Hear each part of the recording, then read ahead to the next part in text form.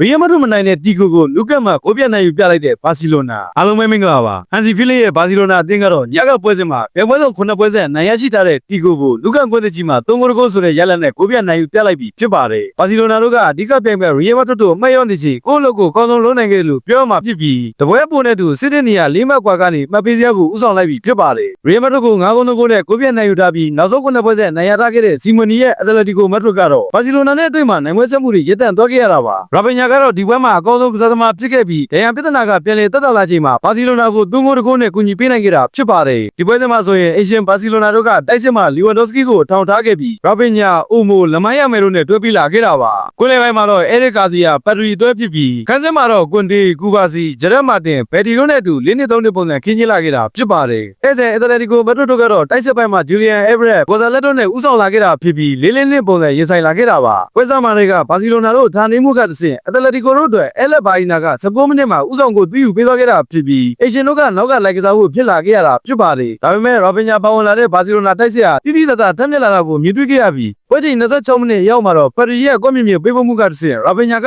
တီကိုကိုသမားအော့ဘလက်ကိုလေကောက်ကျော်ပြက်ကချီပါကိုသွေးယူပေးသွားခဲ့တာပါနောက်ထပ်10မိနစ်ကြာမှာတော့ဘာစီလိုနာတို့ပယ်နတီရရှိခဲ့ပြီးရရှိလာတဲ့ပယ်နတီကိုတော့လီဝမ်ဒိုစကီကကန်သွင်းခဲ့ပေမဲ့လည်းလွဲချော်သွားခဲ့တာကြောင့်ပထမပိုင်းကတော့တပတ်တကိုးစီနဲ့သာပြီးဆုံးစီခဲ့တာဖြစ်ပါတယ်ဒုတိယပိုင်းမှာတော့နိုင်ပွဲရဖို့လွယ်နေတဲ့အေရှင်တို့ကတိုက်စစ်ပိုင်းမြင့်တက်လာခဲ့တာဖြစ်ပြီးပွဲချိန်65မိနစ်ရောက်မှလီဝမ်ဒိုစကီရဲ့ပန်တီမှုကိုအိုမိုကခက်ခက်ကန်သွင်းသွားခဲ့ကလွယ်နေတဲ့ဥဆောင်မှုကိုရယူသွားနိုင်ခဲ့တာပါဘာစီလိုနာတို့ရဲ့ဥဆောင်ခြင်းကိုပြန်လည်ခံရချိန်မှာတော့တီဂိုတို့ကခြေပါကိုရဖို့ကြိုးစားလာခဲ့ပေမဲ့ကိုထက်ရသွားခဲ့တာကအင်ရှင်တို့ဖြစ်ပြီးဖော်ရန်ဒေါရကနာကျင်ချင်းဖို့နောက်ဆုံးမိနစ်အရောက်မှာဘာစီလိုနာတို့အတွက်နိုင်တီကြသိမဲ့သွင်းကိုသွေးယူပေးသွားခဲ့တာဖြစ်ပါတယ်ဒီနိုင်ပွဲကြောင့်ဘာစီလိုနာတို့ကအမှတ်ပေးစရာဒုတိယနေရာကရီယယ်မက်ဒရစ်ကို4မှတ်ထိဖျက်ထားနိုင်ခဲ့ပြီဖြစ်ပြီးချန်ပီယံစင်ကုန်နိုင်မှုအကောင်းဆုံးအနေအထားမှာရှိနေပြီလည်းပဲဖြစ်ပါတယ်